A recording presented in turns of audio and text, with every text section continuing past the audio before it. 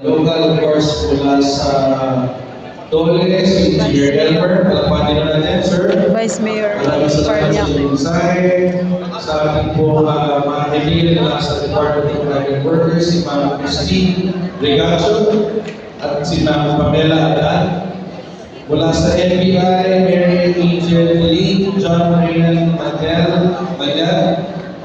Mula sa SSS, Ma'am Sandro Santos, Jevelyn Barola. Of course, sa PLN, nandito rin po, maraming salamat. Nandito rin po, syempre, isa sa mga namumuno, isa ng ating namumuno ng PESO Office, si Ma'am Ami Martin. Maraming salamat na.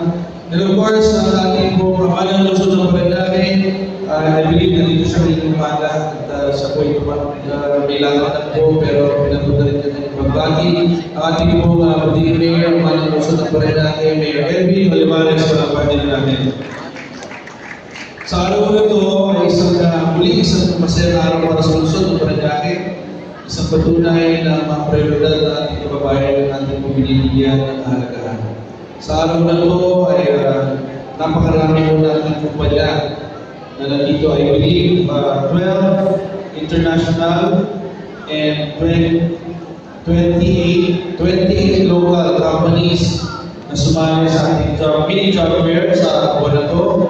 At higit sa lahat, nais ko pasalamat sa inyo lahat, sa ating mga kumpanya, sa pagbibigay po ng oras at panahon para sumali at mabigyan ng pagkakataon ng ating mga kababayan ng mabigyan ng trabaho. Gaya nga sabi ni Engineer Elmer kanina, ay mapalad po ang mga aplikante ngayon dahil iba na po at makabago na po ang sistema ang ating pinatutupad sa lungsod ng Paranaque na kung saan sinagsasama-sama na natin ang mga kumpanya at dito na kayo pupunta para maghanap ng trabaho at hindi na kayo mahihirapan kagaya sa sabi ng panahon ni Engineer Elmer na nakapaskil pa yung mga trabaho, yung isa-isahin yung mga trabaho.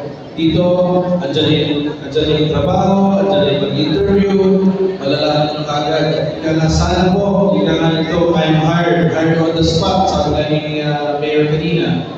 At dahil doon, papasalamat po ako, sana po, ating mga kababayan ay paghahanap ng trabaho, alam natin lahat na hindi ko naman ganun kadali. Ginagawa lang po natin ang paraan kung saan mapadali ang yung paghahanap. Pero siyempre, mahalaga din po, magsikap din tayo.